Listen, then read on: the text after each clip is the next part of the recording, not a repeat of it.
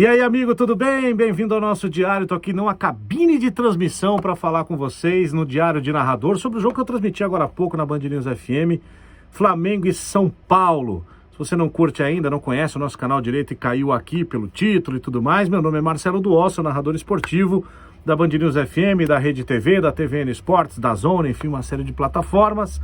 E quero conversar com você sobre esse jogo. Mas esse vídeo é muito para você que não tá tão ligado assim em futebol. É claro, se você é flamenguista e São Paulino, vamos trocar ideia aqui.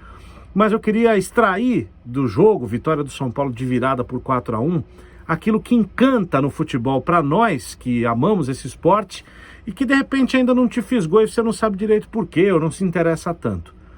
O futebol, lógico, quando ele traz uma grande narrativa, ele é uma grande escola de vida pra gente, né? E a gente pode tirar de um jogo, de um esporte, uma série de lições que valem muito pra nós, né? Por que normalmente as pessoas não gostam tanto de futebol? Porque não conseguem ver essas histórias no campo e aí não se identificam com elas, tem muito disso. Hoje foi um jogo especial, foi um grande jogo, uma partida para quem gosta de futebol excepcional. E para quem não gosta, repito, uma grande lição. Para você que não estava ligado, Flamengo vice-líder do campeonato, São Paulo em quinto lugar, fora do G4. Flamengo, time badalado, cheio de estrela, com técnico estrangeiro e tudo mais, atual campeão brasileiro, campeão da América, mas que em alguns momentos vacila no campeonato. Por isso é vice-líder e não é o primeiro colocado. O São Paulo é um dos times talvez mais cornetados do Brasil, até por boa parte da sua torcida. Existe uma divisão, uma polarização em relação ao seu técnico, Fernando Diniz. Tem gente que gosta, tem gente que detesta e pelo jeito é muito difícil ficar no meio termo ali. E tem muita gente no São Paulo que torce muito, não no clube, mas na torcida, que torce para que o clube não vença, não vá bem, para que o técnico seja trocado porque não gosta do trabalho do Fernando Diniz. Isso prejudica demais o time, demais. O time perde a confiança, o time não tem constância. Quando existe uma jornada negativa, a cobrança é extremamente forte. Repito, São Paulo, que tem um elenco com muitos jovens, hoje só jogaram 6 garotos da base no time principal do São Paulo Futebol Clube. E o São Paulo é quinto do Brasileiro, está nas quartas de final da Copa do Brasil e está na Copa Sul-Americana com chances reais de classificação. O trabalho não é ruim, mas a corneta é muito grande. E com 5 minutos, o São Paulo tomou um gol do Pedro. Golaço, inclusive. E aí, quem olha o jogo, enxerga o jogo, com essa narrativa que eu contei para vocês, pré-jogo, iria imaginar o seguinte: pô, São Paulo vai tomar uma sacolada hoje 4 é pouco. E aí a gente fica transmitindo o jogo e observando a reação dos jogadores, a postura desses profissionais, como normalmente acontece, por exemplo, na nossa vida, né? Eu tenho um projeto que é de difícil execução, que eu tenho pouco recurso, mas eu vou tentar executar. E na primeira tarefa desse projeto, dá tudo errado. Eu tenho 2 opções: ou largo o projeto e espero a derrota chegar chorando, ou vou tentar fazer alguma coisa para reverter essa situação. Vou acreditar naquilo que eu tenho de possibilidade para reverter essa situação. E o São Paulo fez isso hoje, o time do São Paulo fez isso, os jogadores do São Paulo se dedicaram como poucas vezes a gente viu no ano para vencer o Flamengo, ou para primeiro, por partes, né, com uma certa dose de planejamento, talvez até de forma instintiva, mas com certeza no plano do Diniz estava tomar um gol do Flamengo em algum momento. São Paulo segurou uma pressão inicial muito forte e foi para cima depois. Conseguiu um golaço poucos minutos depois com o Tietê, numa jogada de um cruzamento. A zaga do Flamengo falhou, aliás, falhou bastante hoje, e o Tietê empatou o jogo.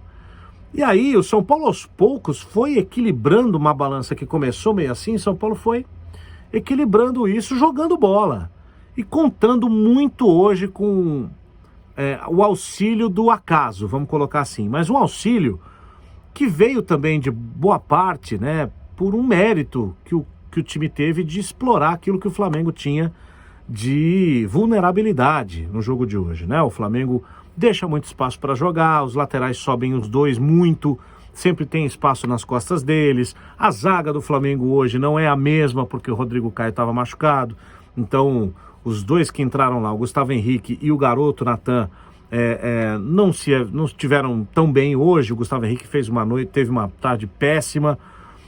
Só que quando você confia naquilo que você tem, não só na sua força, mas naquilo que você planejou para fazer dentro de uma tarefa, isso acontece também no futebol, evidentemente, se você está realmente dedicado àquilo, muitas vezes o jogo te oferece coisas. E hoje, o jogo ofereceu ao Flamengo 2 pênaltis. O Flamengo não conseguiu converter esses pênaltis, o Volpi pegou. O Volpi pegou os 2 pênaltis e no segundo pegou também o rebote. Uma partida maravilhosa do Thiago Volpi hoje, assim como do Hugo também, o goleiro do Flamengo. E o São Paulo usou aquilo que tinha. Brenner, um garoto que chama gol. E conseguiu conferir o dele. Luciano fez o 4º gol numa ligação direta do Volpi com ele, que ele em 2 toques botou dentro do gol. Reinaldo fez uma grande partida e fez um gol de pênalti. Resumindo, o São Paulo goleou o Flamengo, que em tese deveria goleá-lo no Maracanã. Então o futebol encanta a gente. Para você que é meio leigo no esporte, não tá ligado por que esse esporte faz isso com milhões de pessoas, deixa o cara maluco, xingando, gritando, berrando. É porque esse tipo de emoção, poucas atividades humanas são capazes de produzir. E hoje nós vivemos isso intensamente, né? Tanto o torcedor do Flamengo, que deve estar bem chateado, como o torcedor do São Paulo, que está bem contente. E nós que trabalhamos e vivemos do futebol, nós torcemos por essas narrativas, para que a gente possa levar até você essa emoção e continue fazendo essa roda girar, entendeu? E hoje isso aconteceu. Então eu fiquei muito feliz com o jogo, fiquei feliz com a vitória do São Paulo, e nenhum demérito ao Flamengo, não sou torcedor do São Paulo, e nada pro Flamengo, e sim pelo São Paulo, pelo Fernando Diniz. E disse isso no 4º gol na minha narração, né? Tá lá no canal da Band News FM, vocês podem encontrar aqui no YouTube mesmo. Essa foi para os corneteiros, porque com todas essas variáveis que o futebol tem, é preciso trabalhar dia a dia com paz. Lógico que a cobrança no futebol ela existe, como existe em qualquer atividade minha, sua, a cobrança ela existe. Mas a cobrança em cima do Fernando Diniz é muito desigual, porque o Diniz não tem o melhor elenco do país, nem de longe. Hoje entraram em campo 6 jogadores que vieram da base do São Paulo. 6. É muito. Você imagina o seu time aí, você que no seu escritório, na sua empresa, coloque para trabalhar no mesmo setor 6 estagiários. Vai dar problema em algum momento.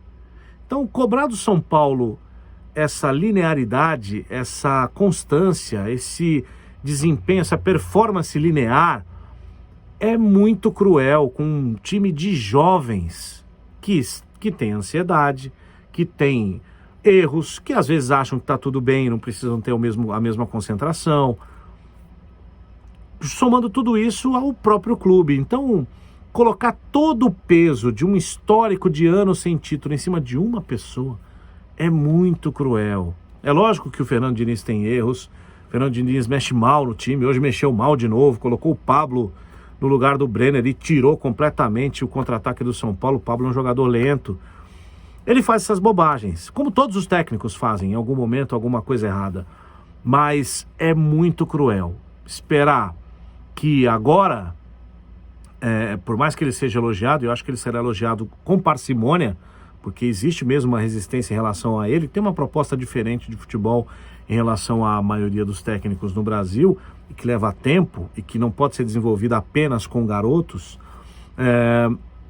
Eu espero que esse resultado dê um pouquinho mais de sossego para que ele possa trabalhar e mostre para o torcedor do São Paulo e para o torcedor de futebol no Brasil, qualquer que seja, não importa o clube, não importa o momento, pode ser a seleção brasileira, pode até ter em algum momento jogadores que não corram, que não se dediquem a uma camisa, tá?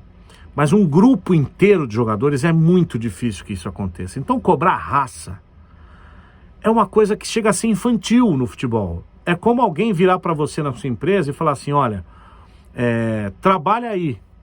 Você fala, mas eu já trabalho. Não, trabalha mais. Você está trabalhando pouco. Mas a pessoa não sabe o que você faz, como você se prepara para executar a tarefa do seu trabalho. A gente faz isso no futebol. E isso é desumano. Não dá para concordar. Então hoje o São Paulo mostrou que é possível, no futebol e também na vida, romper obstáculos que aparentemente são intransponíveis, que com união, determinação, foco, concentração, é possível conquistar grandes vitórias. São Paulo hoje conquistou grandes vitórias, o que o São Paulo teve, o Flamengo não teve, por isso perdeu o jogo e por isso o futebol é sensacional. Valeu, gente. Até a próxima.